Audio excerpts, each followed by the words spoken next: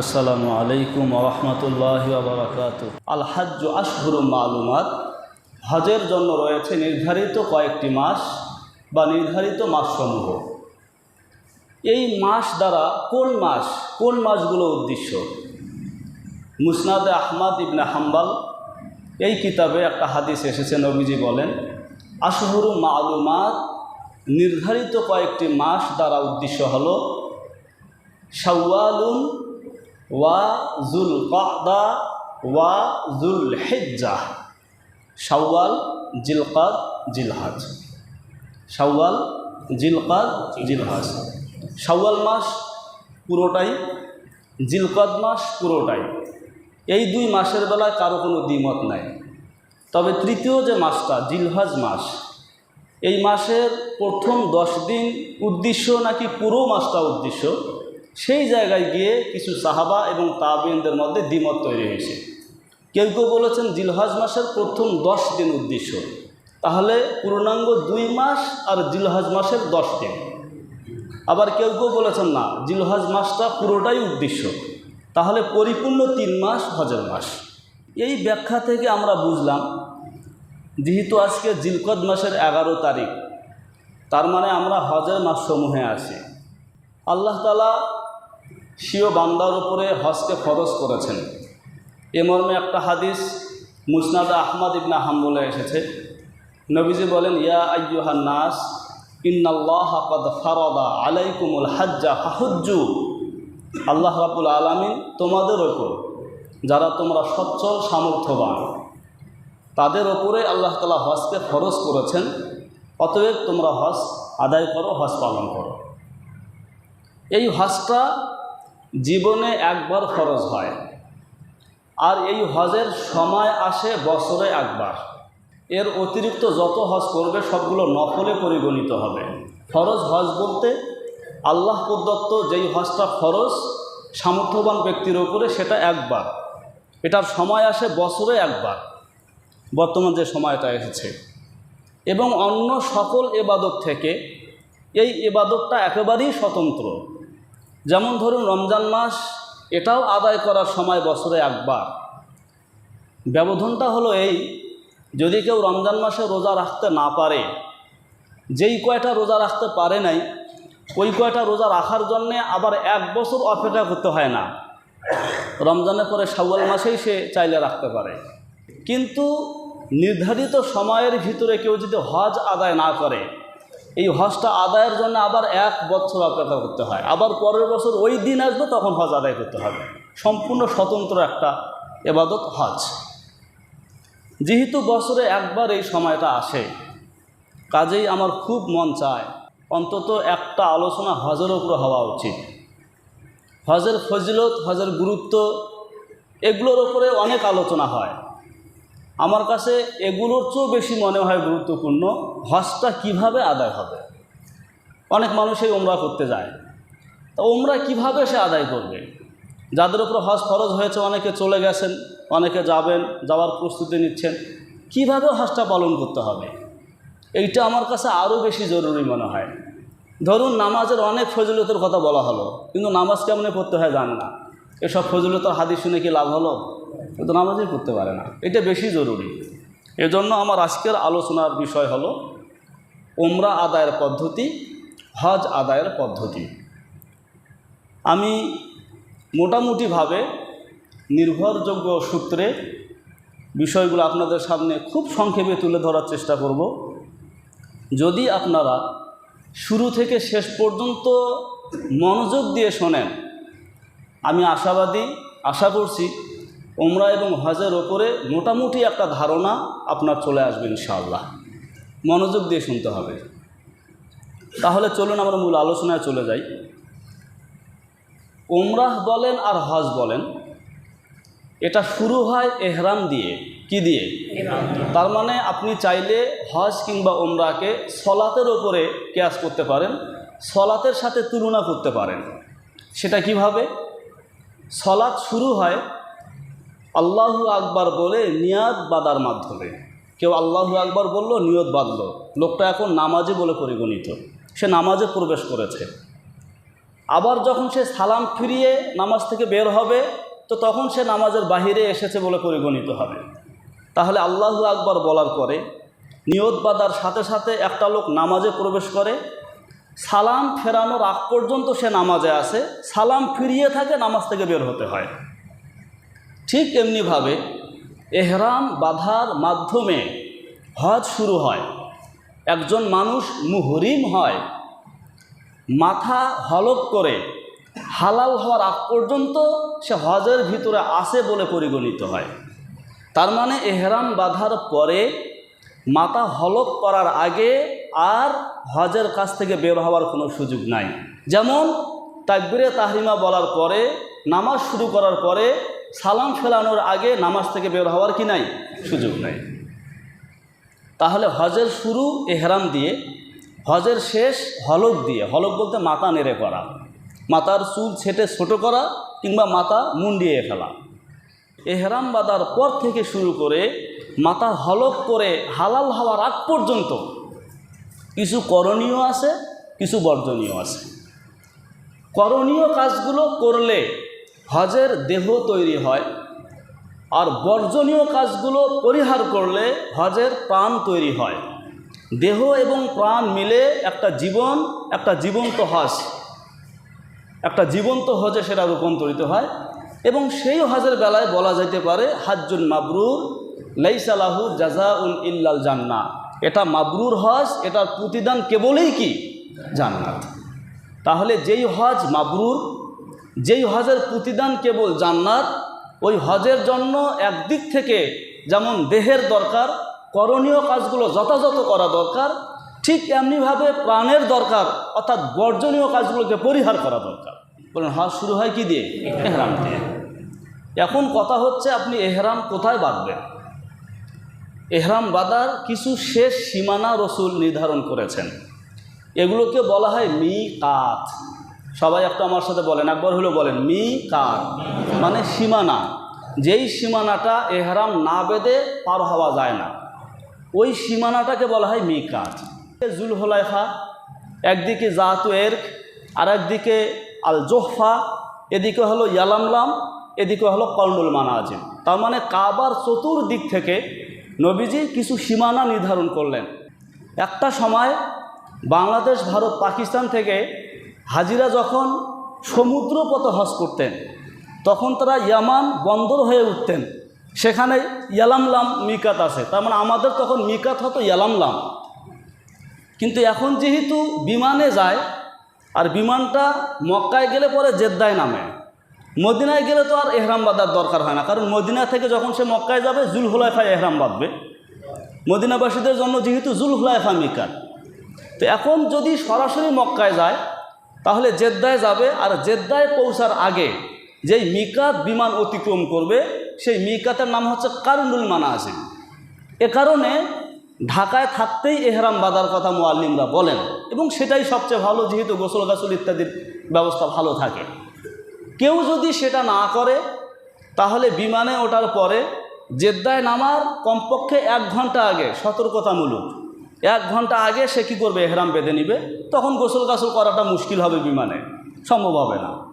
আর যদি সেটা না করে তাহলে আপনি এহরাম বাঁধা ছাড়া কর্নুল মানাজিল মিকাতটা অতিক্রম করবেন, এতে করে আপনার উপরে দম আসবে, মানে জরিমানা আসবে। যাক, যে কথাটা বুঝাতে চাচ্ছি, রসুল চতুর্দিক থেকে কিছু মিকাত নির্ধারণ করেছেন। কিছু মানুষের বসবাস এই মিকাতের বাহিরে, যেমন আমাদের বসবাস মিকাতের ভিতরে নাকি বাহিরে? আমাদেরকে পরিভাষায় বলা হয়েছে আফাকি। বলেন তো কি বলা হয়েছে? আফাকি। আফাকি অর্থ হচ্ছে ওই সকল লোক যাদের বসবাস মিকাতের বাহিরে। আচ্ছা, এক ধরনের লোক পাইলেন আপনারা, কাবা কেন্দ্রিক বসবাসকারী। আর একটা হলো নবীজি কাবা ঘরের চতুর্দিক থেকে একটা সীমানা নির্ধারণ করেছেন, নাম দিয়েছেন হেরেম। নাম কি? আমরা শুনি না হেরেম শরীফ, যেখানে আপনার অনেক কিছুই হারাম। তা হেরেম এর একটা বাউন্ডারি নবীজি নির্ধারণ করেছেন। এই হেরেমের ভিতরে যারা বসবাস করে এরা আরেক বসবাসকারী, আরেক শ্রেণীর বসবাসকারী, এদেরকে বলা হয় মাক্কি কিংবা আহলে মাক্কা কিংবা হেরেমবাসী। বলেন এদের নাম কি? হেরেমবাসী। এবার আসুন, হেরেমের বাহিরে এবং মিকাতের ভিতরে, কথা বোঝেন নাই, মনে করেন কাবা শরীফ থেকে উত্তর দিকে একটা হেরেম নির্ধারণ করা হয়েছে, হেরেমের আরও বহু পরে গিয়া তো মিকাত, 250 কিলোমিটার পরে গিয়া মিকাত জুলহুলাইফা। তাহলে হেরেমের বাহিরে মিকাতের ভিতরে একটা জায়গা থাকলো চতুর্দিক দিয়া, এই জায়গাটার নাম হচ্ছে হিল। বুঝতেছেন কথা কি, নাকি কঠিন হয়ে যাচ্ছে? Hill, hill. যারা এখানে বসবাস করে ওদেরকে বলা হয় আহলে হিল, মানে এরা হিলবাসী।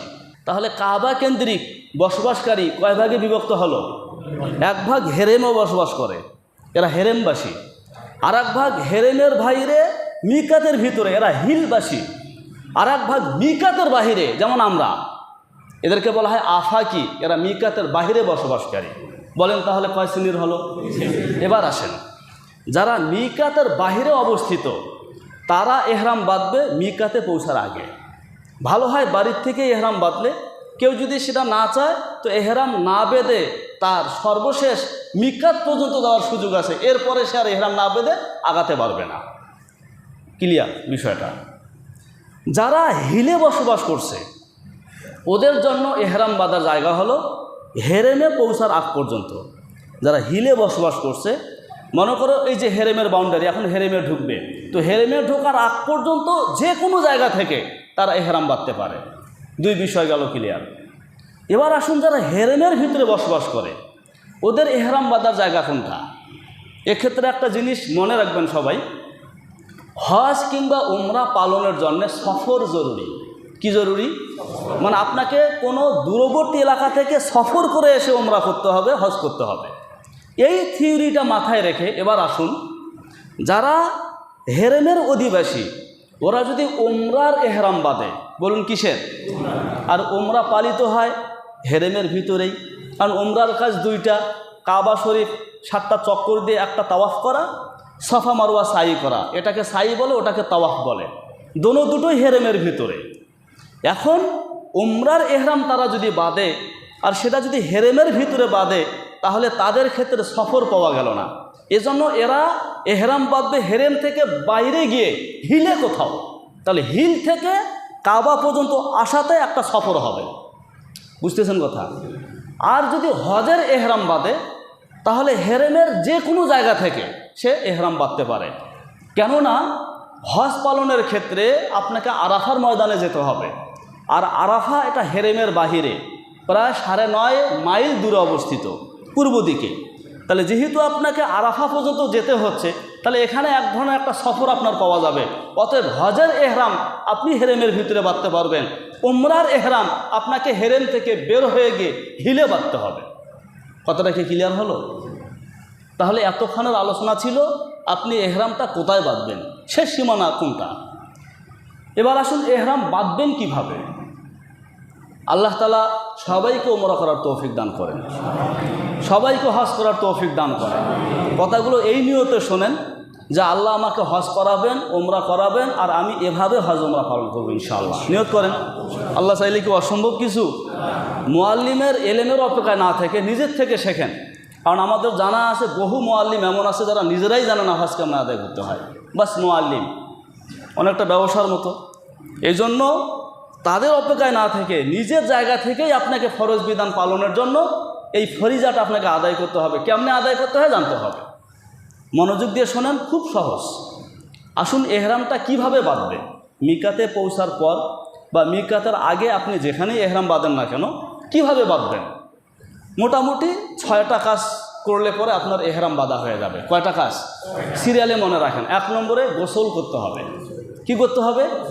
এরও আগে কিছু কাজ আছে প্রস্তুতিমূলক, সেগুলো হলো মাথার চুল, নখ, গোফ এবং শরীরের অবাঞ্ছিত লোমগুলো পরিষ্কার করে ফেলতে হবে। এটা হলো এহরাম বাঁধার পূর্ব প্রস্তুতি। যখন আপনি এহরাম বাঁধতে শুরু করছেন তখন আপনার 1 নম্বরের কাজ হবে গোসল করা। 1 নম্বরের কাজ কি? সবাই বলেন 1 নম্বরের কাজ কি? গোসল করা। উজুও চলে, তবে গোসল ভালো। তাহলে এহরামের প্রথম কাজ গোসল করা। গোসল শেষ, উত্তম রূপে গোসল করবেন, সাবান টাবান যা ব্যবহার করার করবেন। এরপরে আপনার 2 নম্বরের কাজ হলো এহরামের কাপড় পরিধান করা। এহরামের কাপড় 2টা, একটা লুঙ্গির মতো করে পরবেন আর একটা চাদরের মতো করে গায়ে দিবেন। কথা কি বুঝে আসছে? এহরামের কাপড় দুইটা সাদা হওয়া উত্তম, নতুন হওয়া উত্তম, কমাস কম ধৌতকৃত হওয়া উত্তম, পরিষ্কার পরিচ্ছন্ন হইতে হবে। 1 নম্বরে গোসল, 2 নম্বরে এহরামের কাপড় পরা, 3 নম্বরে আতর, খুশবু ইত্যাদি ব্যবহার করা। 3 নম্বরে কি? তবে জামায় দাগ পরে এরকমের আতর সুগন্ধি ব্যবহার করা যাবে না, কারণ দাগ পড়লে পরে আপনি এহরাম বাঁধার পরেও আপনার মধ্যে আতরের নিশানা দেখা যাবে, কারণ এহরাম বাঁধার পরে আতর খুশবু ব্যবহার নিষেধ, কিন্তু আপনার শরীরে দাগ দেখা যাবে আতরের, এজন্য কোনো চিহ্ন রাখা যাবে না, এরকমের খুশবু ব্যবহার করা। 4 নম্বরে 2 রাকাত সলাত আদায় করা। এই 2 রাকাত সলাতকে বলা হয় সলাতুল এহরাম। কি বলে? সলাতুল এহরাম। প্রথম রাকাতে পারলে কুলিয়া আইয়ুহাল কাফিরুন তিলাওয়াত করা, দ্বিতীয় রাকাতে সূরা ইখলাস পাঠ করা। এই 2 সূরা পাঠ করা জরুরি নয়, পড়লে ভালো, কারো জানা না থাকলে অন্য কোনো সূরা দিয়েও পড়া যাবে।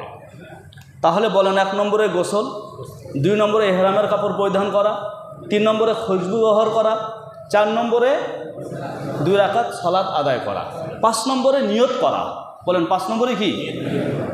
আপনি যদি ওমরা করতে চান তাহলে নিয়তটা এভাবে করবেন, আল্লাহুম্মা ইন্নী উরিদুল উমরাতা ফায়াসসিরহা লি ওয়া তাকাব্বালহা মিন্নি। হে আল্লাহ, আমি উমরার ইচ্ছা করেছি, আপনি আমার জন্য উমরার কাজগুলোকে সহজ করে দেন আর উমরাটাকে কবুল করে নেন। এটা হচ্ছে বাংলা অর্থ। আরবিটা না পড়লে বাংলা এভাবে বলবেন, আল্লাহুম্মা ইন্নী উরিদুল উমরাতা ফায়াসসিরহা লি ওয়া তাকাব্বালহা মিন্নি। নিয়ত হয়ে গেল। 6 নম্বরে তালবিয়া পাঠ করা। কি পাঠ করা? তালবিয়া বলতে লাব্বাইকা আল্লাহুম্মা লাব্বাইক লাব্বাইকা লা শারীকা লাক লাব্বাইক ইন্নাল হামদা ওয়ান নি'মাতা লাকা ওয়াল মুলক লা শারীকা লাক। এই তালবিয়াটা পাঠ করা। আপনি যেই মাত্র তালবিয়া পাঠ শেষ করলেন, আপনি এখন মুহরিম হয়ে গেলেন। মানে একটা লোক এহরাম বাঁধার পরে তার নাম হয় মুহরিম। বলেন, এহরাম বাঁধার পরে নাম হয় কি? মুহরিম। আবার মাথা নেড়ে করে যখন সে বের হয়ে আসে তখন তার নাম হয় হালাল। তার মানে এহরাম বাঁধার পরে কিছু কাজ তার জন্য হারাম ছিল, মাথা মুন্ডানের মাধ্যমে সে যখন বের হয়ে আসলো ওই কাজগুলো হালাল হয়ে গেল। তাহলে এহরামের বাইরে একটা মানুষকে বলা হয় হালাল, এহরাম বাঁধার পরে লোকটার নাম হয় মুহরিম। কথা কি বুঝে আসছে? এহরাম বাঁধা হয়ে গেল। 1 নম্বরে গোসল, 2 নম্বরে এহরামের কাপড় পরা, 3 নম্বরে খুশবু ব্যবহার করা, 4 নম্বরে 2 রাকাত নামাজ আদায় করা, 5 নম্বরে নিয়ত করা, 6 নম্বরে তালবিয়া পড়া। তালবিয়া পড়ার সাথে সাথে সে মুহরিম হয়ে গেল। সুতরাং এর আগে যখন সে 2 রাকাত নামাজ পড়েছে, ওই নামাজ পড়ার সময় সে মুহরিম ছিল না, অতএব সে মাথায় টুপি ব্যবহার করবে, কারণ এহরাম বাঁধার পরে মাথা ঢাকা যায় না। আপনি তখনও মুহরিম হন নাই, এজন্য আপনি ওই নামাজে অর্থাৎ সলাতুল এহরামে মাথা ঢাকবেন, কারণ আপনি মুহরিম হবেন তালবিয়া পাঠ করার পর। এহরাম বাঁধার পরে আপনি হজের কাজগুলো, উমরার কাজগুলো পালন করতে থাকবেন, পাশাপাশি কিছু কাজ থেকে আপনাকে বাঁচতে হবে। একজন হাজি সে হজ করুক কিংবা উমরা আদায় করুক, সবচেয়ে বেশি জরুরি এই আলোচনাটা শোনা, এই কাজগুলো করা যেটা আমি এখন বলছি। অর্থাৎ এহরাম বাঁধার পরে সে কী করতে পারবে না। প্রথম যে কাজটা এহরাম বাঁধার পরে তাকে যেটা করতে হবে সেটা হলো রাফাস, ফুসুক, জেদাল, এই 3টা জিনিস থেকে বিরত থাকতে হবে। নাফাস বলতে কোনো অশ্লীল কথা বলা যাবে না। খুব খেয়াল করেন, বহু টাকা খরচ করে একটা মানুষ হজে যায়, উমরায় যায়, সামান্য অসতর্কতার কারণে যদি সব শেষ হয়ে যায়, এটা চরম বোকামি হবে। কোনো অশ্লীল কথা বলা যাবে না, কারণ আমি গীবত, শেকায়েত, সমালোচনা, মিথ্যা, গালিগালাজ করা কিংবা যৌন উত্তেজনামূলক কোনো কথাবার্তা বলা কিংবা সাথে স্ত্রী থাকলে তার সাথে মেলামেশা করা, এই সব কিছুকে পরিহার করতে হবে। 2, কোনো রকমের গুনাহে জড়ানো যাবে না, কোনো রকমের গুনাহ না। 3, কারো সাথে কোনো তর্কে জড়ানো যাবে না। এই 3টা জিনিস থেকে পুরো সময় তাকে বিরত থাকতে হবে। এটা হলো এহরাম বাঁধার পরে প্রথম কাজ, যেটা থেকে বিরত থাকতে হয়। আমি বলি, কোনো মানুষ যদি 4টা কাজ করতে পারে, কয়টা কাজ? 4টা কাজ, ইনশাআল্লাহ শতভাগ নিশ্চিত হয়ে বলা যায় ওই লোকটার উমরা মাকবুল উমরা, ওই লোকটার হজ মাকবুল হজ। কয়টা কাজ? মোটা দাগে 4টা জিনিস মনে রাখবেন। 1 নম্বরে এহরাম বাঁধার পরে মুখ এবং চোখের হেফাজত করবে। কিসের হেফাজত করবে? মুখ এবং চোখের, মানে আমি মোটা দাগে কিছু কথা বলতেছি এই আলোচনার বাহিরে এসে। মুখের হেফাজত, চোখের হেফাজত 1 নম্বরের কাজ। মুখের হেফাজত তো বুঝলেন, বুঝাইলাম। চোখের হেফাজত কি? 2টা কাজের মাধ্যমে চোখের হেফাজত করতে হবে। একটা হলো ইচ্ছাকৃতভাবে কোনো মেয়ের দিকে তাকানো যাবে না। 2, অনিচ্ছাকৃতভাবে কোনো মেয়ের ওপরে নজর পড়লে নজরকে, দৃষ্টিকে দীর্ঘায়িত করা যাবে না, সঙ্গে সঙ্গে ফিরিয়ে আনতে হবে। এই 2টা কাজের মাধ্যমে চোখের হেফাজত হয়। আপনি ইচ্ছাকৃত কোনো মেয়ের দিকে তাকালেন, চোখের হেফাজত হয় নাই। দৃষ্টি হঠাৎ পড়ছে, ঠিক আছে, তো পড়ছে আর সরান না, ফিরে আনেন না, চোখের হেফাজত হবে না। তাহলে ইচ্ছাকৃতভাবে কোনো মেয়ের দিকে তাকানো যাবে না, হঠাৎ দৃষ্টি পড়লে দীর্ঘায়িত করা যাবে না, ফিরে আনতে হবে। হজের সফরে চোখের হেফাজত সবচেয়ে চ্যালেঞ্জ। যখন আপনি বিমানে উঠবেন তখন থেকেই শুরু হবে নানান ধরনের মেয়ের অবস্থান। এমনকি মাতাফ, কাবার চতুর্দিকে যে জায়গাটা প্রদক্ষিণের জন্যে, ঘোরার জন্যে বিভিন্ন দেশের মেয়েরা সেখানে আসে, খুব অবস্থা ভালো না। চোখের হেফাজত চ্যালেঞ্জ। তাহলে 1 নম্বর, 4টা কাজের 1 নম্বর কাজ হচ্ছে মুখ এবং চোখের হেফাজত।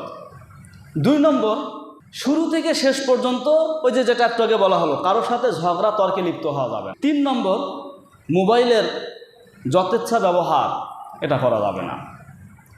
অবাক হওয়ার মতো বিষয়, যখন মানে বিভিন্ন দেশের লোকেরা হজের জন্য আসে, ওমরার জন্য আসে, তো যেই হোটেলগুলোতে অবস্থান করে ওগুলোতে ওয়াইফাই থাকে। কি থাকে?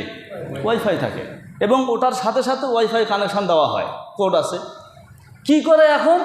ওই হোটেলে শুয়ে শুয়ে বসে বসে মোবাইলে, আমার নিজের চোখে দেখা এমন লোক আমি দেখেছি যারা সেখানে অশ্লীল গান বাজনা দেখে। নাউযুবিল্লাহি মিন যালিক। খতরনাক বিষয় এগুলা, খতরনাক বিষয়। যে কারণে কি হচ্ছে জানেন? বারবার ওমরা করার পরেও, বারবার হজ করার পরেও হাজী সাহেবের পরিবর্তন হয় না। আগে যেমন এখনও ওই রকম। আগে যেরকম মানুষকে ঠগাইতে ব্যবসায়, এখনও ঠগায়। কারণটা কি? ওই যে হজের মধ্যে দেহ থাকলো, প্রাণ থাকে নাই। নিষ্প্রাণ হজ করেছে, সে নিষ্প্রাণ ওমরা করেছে। ওই ওমরা, ওই হজ তার মধ্যে পরিবর্তন আনে না। তাহলে মোবাইল ব্যবহার সাবধানতা অবলম্বন করতে হবে। এই 3টা জিনিসের পাশাপাশি পালনীয় কাজগুলো যথাযথভাবে পালন করতে হবে।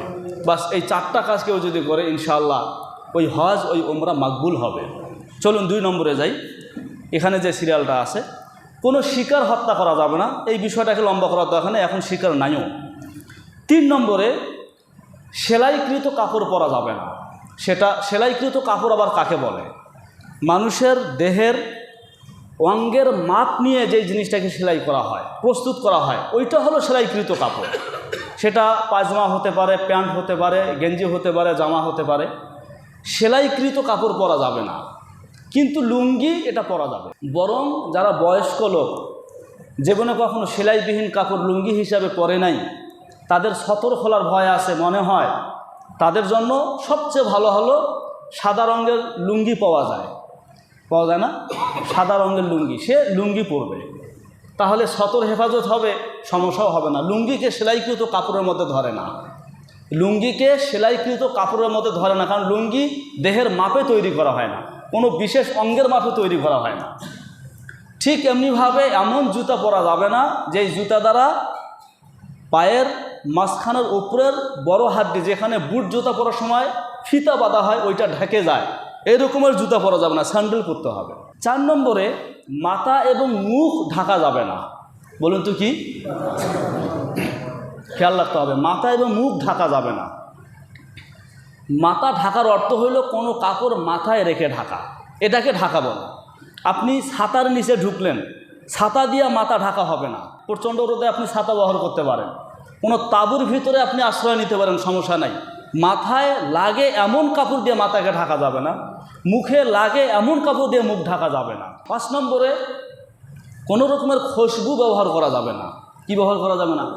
খুশবু, আতর, সুঘ্রান্ত ব্যবহার করা যাবেই না। ঘ্রাণ আছে এমন সাবান ব্যবহার করা যাবে না, ঘ্রাণ আছে এমন তেল ব্যবহার করা যাবে না, ওই রকমের শ্যাম্পু ব্যবহার করা যাবে না। কিংবা যেই কাপড়ে আতর লাগানো হয়েছে ওই কাপড় ব্যবহার করা যাবে না, খুশবু এড়িয়ে চলতে হবে। 6 নম্বরে মাথা থেকে নিয়ে পা পর্যন্ত শরীরের কোথাও কোনো পশম, কাটা, উপড়ে ফেলা, নেড়ে করা যাবে না। এজন্য আপনার হাত ইত্যাদি সাবধানে রাখতে হবে। আপনি দাড়ি চুলকানো শুরু করলেন, একটা চুল উঠে গেল, সদকা ওয়াজিব হবে।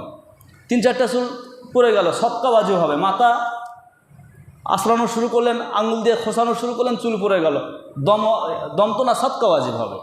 তাহলে মাথা থেকে নিয়ে পা পর্যন্ত শরীরের কোথাও কোনো লোম আপনার নেড়ে করা যাবে না, তুলে ফেলা যাবে না, সেটা অসাবধানতা বশতাও যাবে না। এই হলো মোট 6টা জিনিস। আপনার ওই রফাস ফুসুক জেদাল থেকে বাঁচতে হবে। শিকার হত্যা করা যাবে না, সেলাইকৃত কাপড় পরা যাবে না, মাথা মুখ ঢাকা যাবে না, সুঘ্রাণ ব্যবহার করা যাবে না, কোনো পশম তুলে ফেলা যাবে না। এহরাম বাঁধার পরে এই কাজগুলো কেউ যদি করে মোটামুটি আনা। এবার আসুন সে কি করবে। এহরাম সে বাঁধলো, এহরাম বাঁধার পরে বর্জনীয় কাজগুলো সে পরিহার করলো, এভাবে সে মক্কায় পৌঁছে গেল। মক্কা শরীফে যাওয়ার পরে সর্বপ্রথম যখন কাবার উপরে আপনার নজর পড়বে, আল্লাহু আকবার, লা ইলাহা ইল্লাল্লাহ তাকবীর পাঠ করতে হবে এবং ওই সময় দোয়া করতে হবে। প্রথমবার কাবায় নজর করার সাথে সাথে দোয়া করলে দোয়া কি হয়? কবুল হয়। এরপরে আপনি আপনার প্রথম কাজ হলো তাওয়াফ। আমি ওমরার বিবরণ দিচ্ছি। ওমরা প্রথম কাজ হচ্ছে তাওয়াফ। 7টা চক্কর মিলে একটা তাওয়াফ হয়। এক একটা চক্করকে এক একটা সাউত বলে। সাউত কি বলে? কাবা শরীফ একবার ঘুরলেন একটা সাউত, আরেকবার ঘুরলেন আর একটা সাউত, এরকম 7টা সাউত মিলে একটা তাওয়াফ। কিভাবে শুরু করবেন? সর্বপ্রথম আপনাকে হজরে আসওয়াদের কাছে যেতে হবে, যেটা আপনার দক্ষিণামুখ পূর্ব কোণে অবস্থিত। সেখানে গিয়ে হজরে আসওয়াদকে চুমা দেওয়ার কথা বলা হয়েছে। কিন্তু যখন আপনি এহরাম বাঁধা অবস্থায় থাকবেন তখন হজরে আসওয়াদকে মুখ দিয়ে চুমা দেওয়া যাবে না, যেহেতু হজরে আসওয়াদে বারবার খুশবু লাগানো হয়। এতে হজরে আসওয়াদের খুশবু আপনার ঠোঁটে আসবে, শরীরে আসবে, মাকরু হবে। হ্যাঁ, যখন আপনি এহরাম বাঁধা ছাড়া নফল তাওয়াফ করবেন তখন চুমা দেওয়ার চেষ্টা করবেন। তো কি করতে হবে? চুমার বিকল্প হজরে আসওয়াদের দিকে এভাবে হাত রেখে তাকবীর বলা, লা ইলাহা ইল্লাল্লাহ বলা, এভাবে চুমা দেওয়া। রসুল বলেছেন হজরে আসওয়াদে মুখ লাগিয়ে চুমা দিলে যেই সওয়াব, এভাবে হাত রেখে চুমা দিলে একই সওয়াব।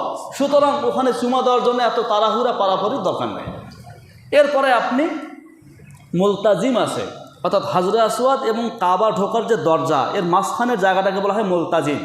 সেখানে আপনি আপনার বুক লাগান, কাঁদেন, দোয়া করেন, দোয়া কবুল হবে। কাবা শরীফ ঢোকার যে দরজাটা, দরজার পাশে আপনি দাঁড়াবেন উত্তর মুখ হয়ে। আপনার মুখ থাকবে, বুক থাকবে উত্তর দিকে, কাবা থাকবে বাম দিকে। ঠিক ওইভাবেই আপনাকে হাঁটা শুরু করতে হবে। অর্থাৎ আপনার হাঁটার সময় কখনো বুক কাবার দিকে হওয়া যাবে না। কাবার দিকে হয়ে যদি আপনি 2 হাতও হাঁটেন, আবার পিছনে এসে আপনার কাবা থেকে বুককে ফিরিয়ে, অর্থাৎ কাবাকে বাম দিকে রেখে আবার ওই 2 হাত হাঁটতে হবে। কথাটা কি বুঝাতে পারছি? তাহলে সব সময় আপনার চক্কর দেওয়ার সময় সব সময় কাবা থাকবে বাম দিকে, সব সময় কাবা থাকবে কোন দিকে? বাম দিকে। প্রথম 3টা চক্করের বেলায় রমল করতে হবে। রমল বলতে বীর পুরুষের মতো হাঁটতে হবে। বেশি আপনার ভিড়ের কারণে যদি সম্ভব না হয় দাঁড়িয়ে থাকতে হবে, ভিড় কমলে রমল করতে হবে। তার মানে প্রথম 3টা চক্কর রমল ছাড়া করা যাবে না। এক হাতও যদি আপনি রমল ছাড়া আগান, আবার পিছিয়ে এসে রমল করতে হবে। রমল বলতে বীর পুরুষের মতো হাঁটা, বুকটাকে টান করে হাঁটা। এবং ইজতেবা করা। ইজতেবা বলতে চাদরের একটা পাশ সামন দিকে ফেলাবেন, পেছন দিকে নিয়ে ডান বগলের নিচ থেকে নিয়ে আবার এদিকে ফেলাবেন। তাহলে চাদরের একটা পাশ সামনে থাকলো, একটা পিছনে থাকলো, বাম কাঠটা ঢাকা থাকলো, ডান কাঠটা খোলা থাকলো। এই সুরতটাকে বলা হয় ইজতেবা। এই সুরত অবলম্বন করে প্রথম 3টা চক্কর আপনি বীর পুরুষের মতো হাঁটবেন। প্রতি চক্কর শেষে হজরে আসওয়াদের সামনে আসলে চুমা দিবেন। তার মানে প্রতিটা চক্কর শুরু হবে হজরে আসওয়াদকে চুমা দিয়ে। সে চুমা ঠোঁট দিয়ে নয়, হাত দিয়ে, এহরাম বাঁধা অবস্থায়। প্রথম 3টা চক্কর রমল হয়ে গেল। এবার আপনি ডান কাঁধ ঢাকবেন। এখন আর ডান কাঁধ খোলা রাখার দরকার নেই। বাকি 4টা চক্কর স্বাভাবিক অবস্থায় দিবেন। চক্কর শুরু করার পরে আর তালবিয়া পাঠ করা যাবে না। লা ইলাহা ইল্লাল্লাহ, রব্বানা আতিনা ফিদ দুনিয়া হাসানা, এই দোয়াগুলো পড়তে পারেন। নতুন নতুন দোয়া পড়ার জন্য নিজেকে কষ্টে ফেলানোর দরকার নাই। সহজে যেটা বলতে পারেন সেটাই বলেন। এভাবে 7টা চক্কর হইলে পরে একটা তাওয়াফ হইল। এখন আপনার কাজ হবে হজরে আসওয়াদকে চুমা দিয়ে মাকামে ইব্রাহিমের সামনে যাওয়া। সেখানে গ্লাস দিয়ে ঘেরা একটা জায়গা আছে আপনার কাবার পূর্ব দিকে, কাবার পূর্ব দিকে। সেটাকে সামনে রেখে 2 রাকাত নামাজ পড়া। এই 2 রাকাত নামাজ পড়া ওয়াজিব। যদি সেটাকে সামনে রেখে নামাজ পড়া সম্ভব না হয়, যে কোনো জায়গায় আপনি 2 রাকাত নামাজ পড়ে নিতে পারেন। এভাবে আপনার একটা তাওয়াফ পরিপূর্ণ হলো। এবার আপনি কোথায় যাবেন? সাফা মারওয়ায় যাবেন। সাফাটা হচ্ছে কাবা থেকে আপনার দক্ষিণ পূর্ব কোণে একটা পাহাড় হচ্ছে সাফা, আর এদিকে হলো মারওয়া। সাফা মারওয়ায় সাই করতে যখন আপনি যাবেন তো এর আগে আবার হাজরা আসওয়াদকে চুমা দিতে হবে। মনে রাখতে হবে তাওয়াফ যেমন শুরু হয় হাজরা আসওয়াদকে চুমা দেওয়ার মাধ্যমে, আপনার সাই শুরু হবে হাজরা আসওয়াদকে চুমা দেওয়ার মাধ্যমে। সাফা থেকে সাফায় যখন উঠলেন, ওঠার পরে প্রথম কাজ হলো আপনি কাবার দিকে মুখ করবেন। মুখ করে সেখানে হাত তুলে আপনার যা যা দোয়া করার দোয়া করবেন। এরপরে আপনি সাফা থেকে হাঁটতে শুরু করবেন মারওয়ার দিকে। মাঝখানে মিলাইন আখবরাইন সবুজ লাইট আছে, সেই জায়গাটা দৌড়াতে হবে। এরপর আবার স্বাভাবিকভাবে আপনি মারওয়াতে যাবেন। মারওয়ায় গিয়ে আবার কাবার দিকে মুখ করে দোয়া করতে হবে।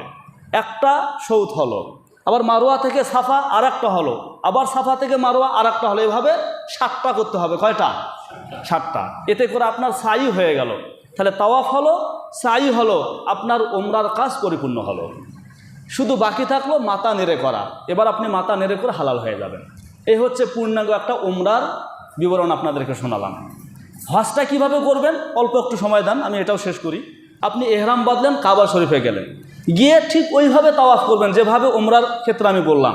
একটা তাওয়াফ শেষ হয়েছে, 2 রাকাত নামাজ পড়ছেন, তো আপনার এতে করে তাওয়াফে কুদুম হইল। এটাকে কি বলে? তাওয়াফে কুদুম। মানে একটা হজের মধ্যে মোট 3বার তাওয়াফ করতে হয়। প্রথম তাওয়াফটাকে তাওয়াফে কুদুম বলে, এটা সুন্নত। এটা যারা মক্কায় অবস্থান করে তাদের জন্য না, যারা আফাকি মিকাতের বাইরে যাদের অবস্থান তারা যদি আসে ওদের জন্য শুধু এই তাওয়াফটা সুন্নত। এরপর আপনি সাফা মারওয়া সাই করবেন এবং সেখানে রমলের যে বিষয়গুলো বললাম সব করবেন। আপনার তাওয়াফে কুদুম হয়ে গেল। এখন আপনার আপাতত আর কোনো কাজ নেই। আপনি 7 তারিখের অপেক্ষা করবেন জিলহজ মাসের। কয় তারিখের? 7 তারিখের। 7 তারিখে একটা খুতবা হবে যেটা মক্কায়। 8, 9 তারিখে 2টা খুতবা হবে আরাফার মাঠে। 11 তারিখে একটা খুতবা হবে মিনা প্রাঙ্গণে। তাহলে পুরো হজে খুতবা কয়টা? 3টা। একটা 7 তারিখে মক্কায় শুধু একটা খুতবা, আর একটা 9 তারিখে আরাফার ময়দানে 2টা খুতবা জুমার খুতবার নেয়, আর একটা 11 তারিখে মিনায় একটা খুতবা। মোট কয়টা খুতবা হলো? 3টা। 7 তারিখে ইমাম সাহেব খুতবা দিবেন, আপনারা খুতবাটা শুনবেন, সেখানে বাংলা অনুবাদ হয়, সেখানে অনেক দিক নির্দেশনা থাকবে। 8 তারিখ মক্কায় ফজর আদায় করার পর, কি আদায় করার পর আপনি রওনা শুরু করবেন মিনার উদ্দেশ্যে। কোন উদ্দেশ্যে? মিনায় গিয়ে 5 ওয়াক্ত নামাজ আদায় করবেন যথাক্রমে জোহর, আসর, মাগরিব, এশা, পরের দিনের ফজর। 8 তারিখ দিবাগত রাতটা মিনায় অবস্থান করতে হবে। অবস্থান শেষ, ফজর আদায় করলেন, এবার আপনাকে রওনা শুরু করতে হবে 9 তারিখ আরাফার ময়দানের উদ্দেশ্যে। কোথায়? আরাফার ময়দানে যাওয়ার পর ওই যে বললাম একটু আগে খুতবা হবে। খুতবার আগে মুয়াজ্জিন আজান দিবে, 2টা খুতবা হবে। 2টা খুতবা হওয়ার পরে জোহরের ওয়াক্তে জোহর এবং আসর এক আজানে 2 একামতে আদায় হবে। একটা আজান হবে, একামত হবে, জোহর আদায় হলো। এরপর শুধু একামত হবে, আসর আদায় হবে জোহরের ওয়াক্তে। এই 2 নামাজের মাঝখানে নফল পড়া মাকরুহ। 2 নামাজ হয়ে গেল। এবার আপনি আপনার মতো করে যত দূর চোখ যায় আরাফার ময়দান যে কোনো জায়গায় অবস্থান করেন, তবে ভালো ইমামের কাছাকাছি থাকা, ভালো জাবালে রহমতের কাছাকাছি অবস্থান করা। সূর্য ডোবা পর্যন্ত আপনি আরাফায় অবস্থান করবেন। সূর্য ডুবে গেছে, এবার আপনি মাগরিব নামাজ না পড়ে, মাগরিবের সালাত আদায় না করে ইমাম যখন রওনা শুরু করবে আপনিও রওনা শুরু করবেন। এবার আপনার রওনা হবে মুজদালিফার উদ্দেশ্যে। কোথায়? মুজদালিফায় গিয়ে সেখানে এশার ওয়াক্তে মাগরিব আর এশা আদায় করতে হবে। এখানে আজানও একটা, একামতও একটা। এই মাগরিব আর এশার মাঝখানেও নফল নেই। কেউ রাস্তায় ভুলেও মাগরিব পড়বে না। ইংদাল আহনাফ রাস্তায় মাগরিব পড়লে ওটা আদায় হবে না। মুজদালিফায় গিয়ে 2টা একসাথে পড়তে হবে। রাতটা মুজদালিফায় কাটাবে। সারা বছরের নিয়ম থেকে ব্যতিক্রম শুধু হলো মুজদালিফার রাতটা আপনি যে মুজদালিফায় কাটালেন, পরের দিন ফজর নামাজ যখন পড়বেন এটা ওয়াক্ত শুরু হওয়ার সাথে সাথে অন্ধকার থাকতেই পড়তে হবে। আমরা অন্যান্য সময় তো সকাল করে পড়ি, আলো করে পড়ি, শুধু সেই দিনের ফজরটা অন্ধকারে করতে হবে। পড়ার পরে আপনি সূর্য ওঠা পর্যন্ত মুজদালিফায় অবস্থান করবেন। এটাই হচ্ছে অবস্থানের মূল সময়। সূর্য উঠে গেল, আপনি এবার মিনার দিকে রওনা শুরু করবেন। 10 তারিখ মিনার দিকে রওনা শুরু করার আগে সেখানে পাথর সংগ্রহ করতে হবে। হয়তো 49টা, না হয় 70টা। কি বললাম বলেন তো? হয়তো 49টা, না হয় শুধু মনে রাখেন কেন দুইটা অপশন দিলাম, আমি একটু পরে বলবো, বুঝবেন। মিনায় চলে গেল 10 তারিখ। 10 তারিখ মিনায় যাওয়ার পরে মোটা দাগে 3টা কাজ। বলুন কয়টা কাজ? 1 নম্বরের কাজ জামরাতুল আকাবাতে পাথর মারা। ও দিয়ে মহাস্তারে দাঁড়াবে, সেখান থেকে জামরাতুল আকাবাতে পাথর মারবে। 3টা খুঁটি আছে, 3টা জামরা আছে। সর্বশেষ যেটা খুঁটি, একটা খুঁটি হলো মসজিদে খায়েফের পাশাপাশি, এরপরে একটা, শেষেরটাকে বলা হয় জামরাতুল আকাবা, সেখানে পাথর মারতে হবে। এভাবে 2 আঙুল দিয়ে মারবে অথবা এভাবে মারবে, ছোটো ছোটো পাথর। মনে রাখতে হবে পাথরটা যেন খুঁটির আশেপাশে পড়ে, দূরে পড়লে পরে ওটা হবে না, আবার মারতে হবে। 7টা পাথর একসাথে মারা যাবে না, একটা করে মারতে হবে। কথা কি বুঝে আসতেছে? একটা কাজ হয়ে গেল, আপনি জামরাতুল আকাবায় পাথর মারলেন। 2 নম্বরের কাজ হচ্ছে কোরবানি করা। কি করা? যাদের ওপর কোরবানি ফরজ তারা কোরবানি করবে। হজ্জে এফরাতকারী যারা, যদি ওরা মুসাফির হয় কোরবানি নাই, মুকিম হইলে কোরবানি, তো কোরবানি করবে। কোরবানি করার পর 3 নম্বরের কাজ হচ্ছে মাথা নেড়ে করবে। মাথা নেড়ে করার সাথে সাথে সে হালাল হয়ে গেল, শুধু স্ত্রী ছাড়া এখন সব কিছুই তার জন্য হালাল। এরপরের কাজ হলো তওয়াফে জিয়ারত করা। কাবা শরীফ আর একবার তওয়াফ করবে। এই তওয়াফকে বলা হয় তওয়াফে জিয়ারা, এটা ফরজ। এটার সময় 3 দিন, 10, 11, 12। বলেন কয় দিন? 10, 11, 12। 12 তারিখ সন্ধ্যা পর্যন্ত করলে কোনো দম নাই, আদায় হয়ে যাবে। এরপরও যদি বিলম্ব করে তওয়াফে জিয়ারত করতে পারবে, হবে, তখন দম দিতে হবে, দম, একটা ছাগল জবাই করতে হবে। তাহলে 10, 11, 12 এই 3 দিনের মধ্যে যে কোনো সময় দিনের বেলা তওয়াফে জিয়ারত করে নেবে, ঠিক ওইভাবে যেভাবে আগে বলা হয়েছে, 7টা চক্কর শেষে নামাজ। তো 10 তারিখে যদি তওয়াফে জিয়ারত করে নেয়, 11, 12, 13 এই 3 দিন মিনায় থাকবে। কোথায় থাকবে? 3 দিন থাকবে। 11 তারিখে জোহরের রক্ত হওয়ার পরে আপনার 3টা জামরায় পাথর মারতে হবে। শুরু করতে হবে মসজিদে খায়েফের সাথে যেই জামরাটা, ওখান থেকে। এগুলো মনে রাখেন, উল্টি যেন না হয়। তাহলে মসজিদে খায়েফের সাথে যেই জামরা, ওখানে প্রথমে 7টা পাথর মারবে। 7টা পাথর মারা শেষ, পরবর্তী জামরাতে পাথর মারার আগের মাঝখানের সময়টাতে দোয়া করবে, এটা দোয়া কবুল হওয়ার সময়। দোয়া শেষ, এবার দ্বিতীয় জামরাতে পাথর মারবে।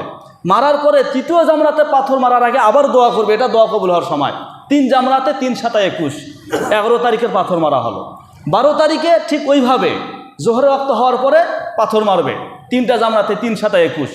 এখন কেউ যদি চায় সে আর 13 তারিখ মিনায় থাকবে না, তো 12 তারিখে সন্ধ্যার মধ্যে সে চলে যেতে পারে। তাহলে এই বেটার 11, 12 2 দিন, 21, 21 কত হলো? 42। আর ওই যে প্রথম দিন 10 তারিখে 7টা মারছে, কত হলো? 49টা। এই জন্য বললাম 49টা। আর যদি কেউ চায় না আমি 13 তারিখও পাথর মারবো, তাহলে 13 তারিখও সূর্য ঢলার পরে, জোহর রক্ত হওয়ার পরে 3 জমরাকে 3, 7, 21টা মারবে। এখন আপনি 21টা যোগ করেন, হবে কয়টা? 49 সাথে 21টা যোগ করলে 70টা হবে। যারা 10, 11, 12, 13 4 দিন পাথর মারতে চায়, ওরা 70টা পাথর নেবে। কেউ যদি কয় না আমি 13 তারিখ আর পাথর মারব না, আমি 12 তারিখে পাথর মেরেই চলে যাব, সে 49টা নিলেই চলবে। বাস 13 তারিখে তারা মক্কায় চলে যাবে, সর্বশেষ তাওয়াফ করবে। কি করবে? এই তাওয়াফটাকে বলা হয় তাওয়াফে বেদা, তাওয়াফে সুদূর। এই তাওয়াফটা ওয়াজিব। তাহলে সর্বপ্রথম তাওয়াফ সুন্নত, মাঝের 10, 11, 12 তারিখের তাওয়াফ ফরজ, শেষের তাওয়াফটা হচ্ছে কি?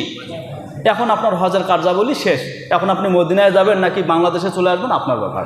এটা হলো কমপ্লিট একটা হজের বিবরণ দিলাম।